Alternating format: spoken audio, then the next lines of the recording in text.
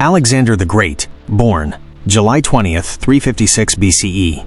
Birthplace, Pella, Kingdom of Macedon, present-day Greece. Father, King Philip II, a powerful ruler of the Kingdom of Macedon. Mother, Queen Olympias, known for her mystical and divine beliefs. From childhood, Alexander shone with intelligence, courage, and curiosity. His tutor, the great philosopher Aristotle, who educated Alexander in literature, philosophy, science, politics, and ethics.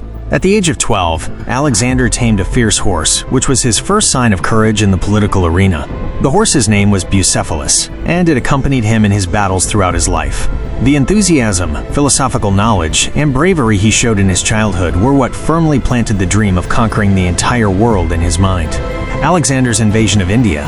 In 326 BCE, Alexander the Great entered India. After conquering Persia, Egypt, and parts of Central Asia in his journey of world conquest that began from Macedon, he turned towards India. At that time, India was ruled by several regional kings. When Alexander reached the banks of the Hydaspes, present-day Jhelum River, in the Punjab region, he faced a war against a powerful Indian king named Porus. This war is known in history as the, quote, a Battle of Hydaspes. Porus bravely fought against Alexander with his army, including a formidable elephant corps. The battle was fiercely contested. Although Alexander ultimately won, Porus's courage, loyalty to his people, and honorable conduct greatly impressed Alexander. Therefore, he decided to reinstate Porus as the king of his own kingdom. This event remains in history as an example of Alexander's humanity. After that battle, although Alexander harbored the dream of conquering more of India, his soldiers, weary from constant warfare, refused to advance further. At this point, heavy rains and the difficulties of forested regions also hindered their journey. Therefore, Alexander turned back westwards. Through such warfare and cultural exchange, a new connection was established between the West and the East. Cultural exchange and Indo-Greek influence. While returning, Alexander established some of his people in India. As a result, Greek soldiers and traders settled in those regions.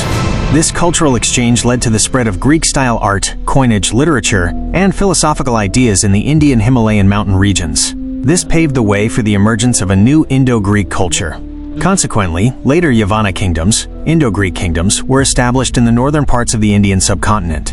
This gave a new direction to education, commerce, and philosophical discussions in India. Greek cultural influences also appear to have played a role in the propagation of Buddhism. Although Alexander's entry did not lead to sustained rule, it was a significant phase that initiated a new era of cultural and economic exchange. Alexander's marital life. Alexander the Great's marital life was largely driven by the aim of political and cultural integration. In 327 BCE, he married Roxana, a princess from Bactria. While it's believed this marriage was based on love, there are also speculations that it was part of a political strategy to win over the people of the Bactrian region. Roxana was his first wife and also accompanied Alexander on his Indian campaign. Later, Alexander also married Statera and Parysatis, princesses from the family of Darius III who ruled Persia. The purpose of these marriages was also a political move to show the subjects of the Persian Empire that he was not an alien power. Polygamy was common in political contexts at that time. After his death, Roxana was pregnant and gave birth to a son named Alexander IV. However, that son was later killed by powerful Macedonian leaders. Alexander's marital life was driven more by strategies for political stability than by the development of peace. However, his marital relations acted as a bridge between Western and Eastern cultures.